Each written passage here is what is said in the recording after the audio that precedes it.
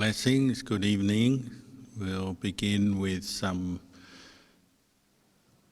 brief guided meditation. So find a comfortable posture. Close your eyes and bring all your attention inwards to your own body and mind, or what the Buddha called the 5 khandhas, the 5 groups or heaps of experience. That's the physical form, the rupa khandha. Feeling, that's the tone of the experience, pleasant, unpleasant, or neutral, neither pleasant nor unpleasant. Sanya is perception,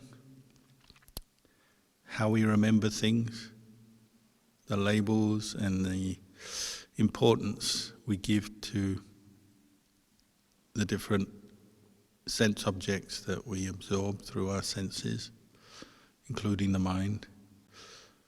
And then sankhara, khandha is mental formations, intention, the karmic active part of our mind, and sense consciousness, knowing at the eyes, seeing, at the ears, hearing, tasting, smelling, touching, and the mind itself.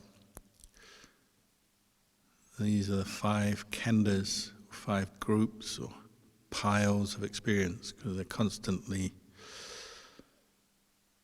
like a process, just interacting, arising and ceasing all the time. And the Buddha pointed out that one of our wrong views or delusions is we take these 5 khandhas to all be one solid self. So we say, I am my body, or my body is me, my feelings are me, I am my feelings, and so on. And normally we are not practicing mindfulness or investigating these 5 aggregates very deeply. So we just take it for granted. We have the assumption that this is a self, this is me, and it's solid, and there's something there that is kind of lasting. But part of meditation practice, once we are developing mindfulness, is to investigate the truth.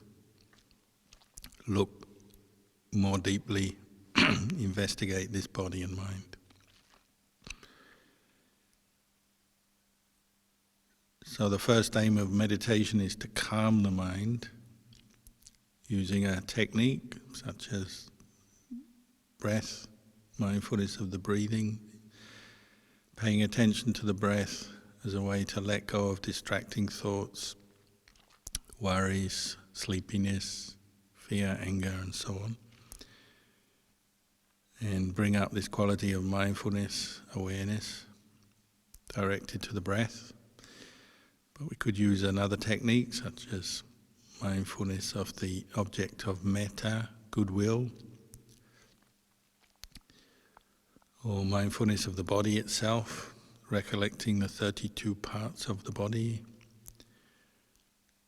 And there's many different meditation techniques we use to bring up mindfulness, and from that we develop more calm, more clarity. And then we use the calm, the clarity of mind to investigate these 5 khandhas, to observe the body more closely, to observe feelings more closely, perceptions, thought formations more closely. And one of the first things you probably can observe is that these 5 khandhas are in a constant state of change, arising. They're present for a while and then passing away in our experience. And constantly changing. So like form, the body, the Buddha pointed out, is sometimes hard to see as subject to change, because the change is slow. Little by little we're aging every moment of every day, but we tend to have a fixed view of the body as self, and we remember how we look, so we're not noticing the changes because they're a bit slower. But mentally, the changing activity of the mind, the arising, ceasing of mental states, feelings, is very quick. So as you direct mindfulness to feeling, perception, mental formation, sense consciousness, you're seeing arising and ceasing all the time. That becomes apparent. And you might become familiar over time, meditating like this, with the arising and ceasing of your mental experience. How thoughts come and go, feelings come and go, moods, emotions come and go. And that is what we call insight. True knowledge and vision of the way things are, or panya, wisdom, insight into the reality of our experience. If you practice this regularly, you become familiar with the arising and ceasing of mental states, almost by accident. And you can't help but notice how your thoughts come and go. And if you really focus in on the arising and ceasing of thought formations, feeling, changing perception, changing memory, that's educating the mind. You're learning something from that. Looking at your own thoughts, emotions from a new light.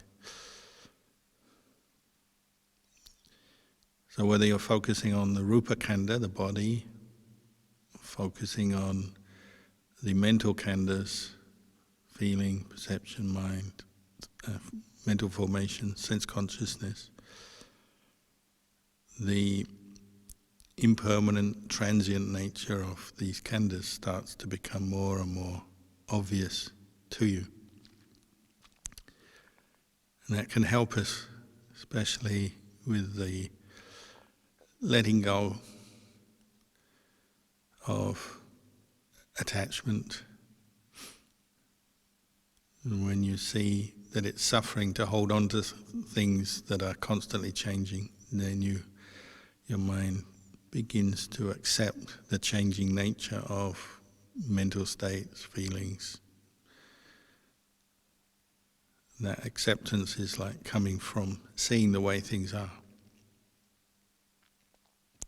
You know it's just like that. Thoughts come and go, feelings come and go.